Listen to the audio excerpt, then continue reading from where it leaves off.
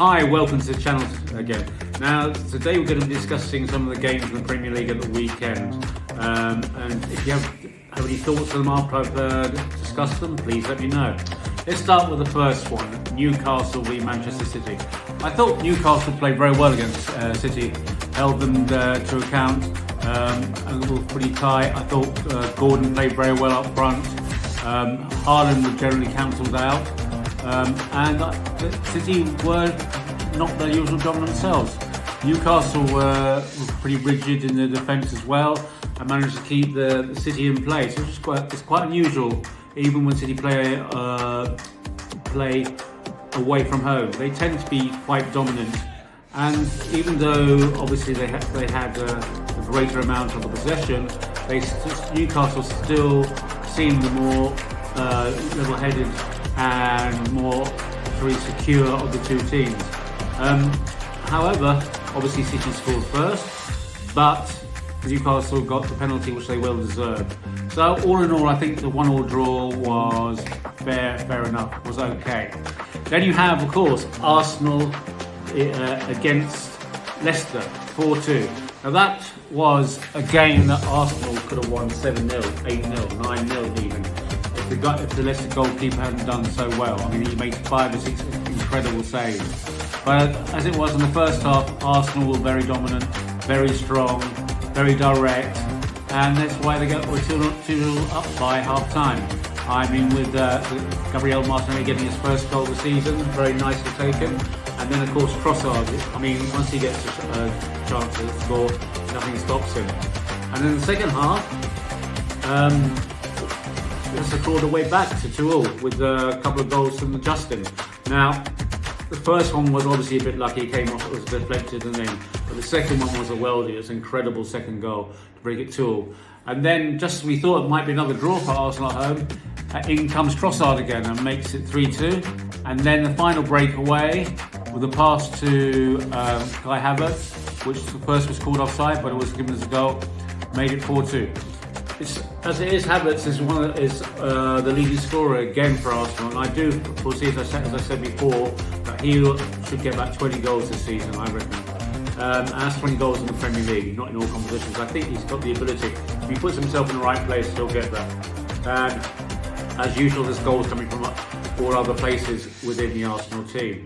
Now let's talk about the third team, Chelsea v Brighton. Now this was a very exciting match.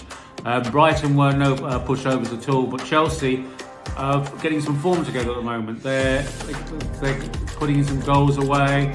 They look like a strong team. Now, well, at the beginning, when the first couple of games of the season, they didn't look good at all. But now they're looking very compact, very direct, very offensive, and they're being very dominant in most of their games. I mean, it was, even against the Brighton, a very good team, they were quite dominant in their 4-2 home win. Very strong, very direct, and you just feel that Chelsea are going to go on a bit of a roll. And I think they're going to, from what I see, they've got a good chance to be in the top 4. I really do. I didn't think so at first, at the beginning of the season, but if they continue on this form, they look like they could be very, very, very good throughout the season, and then achieve maybe the top 4. Then of course come on to this form team at the moment, Liverpool. Now they had a very tight match against Wolves. Wolves were very good at home.